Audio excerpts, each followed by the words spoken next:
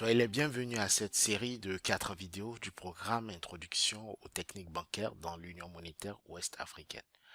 Les 2 premières vidéos seront consacrées à une présentation de l'UEMOA et des organes qui la composent. La 3e vidéo vous présentera les établissements soumis à la réglementation bancaire et la 4e vidéo portera sur les différents types d'opérations de banque. Sans plus tarder, découvrons ce que c'est l'UEMOA.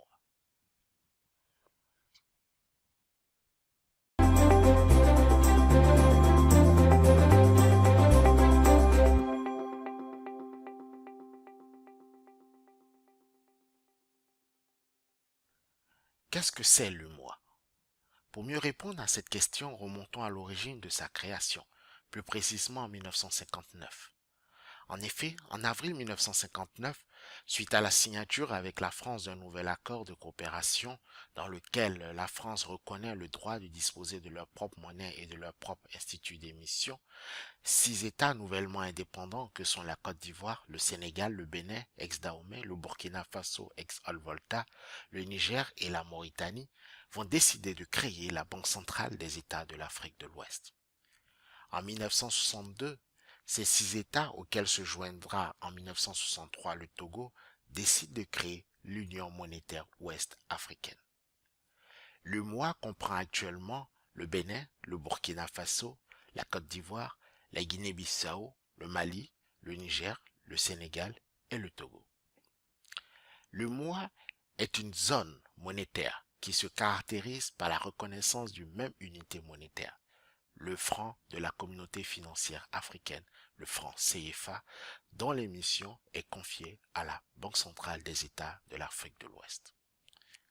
Les principaux objectifs de l'UEMOA sont de définir les règles de l'émission de la monnaie commune, de centraliser les réserves de change, de permettre la libre circulation des signes monétaires ainsi que la liberté des transferts à l'intérieur de l'Union. Quelle différence avec l'Union économique monétaire ouest-africaine? L'Union économique monétaire ouest-africaine, créée le 10 janvier 1994 à Dakar, a pour objectif essentiel la mise en place d'un espace économique harmonisé et intégré, qui est basé sur une libre circulation des personnes, des capitaux, des biens, des services et des facteurs de production, ainsi que la jouissance effective par tous les citoyens des États membres de l'UEMOA de leur droit d'exercer une activité indépendante ou de salarié et de s'implanter librement sur l'ensemble du territoire de la communauté de l'UEMOA. Les pays membres de l'Union économique monétaire ouest-africaine sont également membres de l'UEMOA.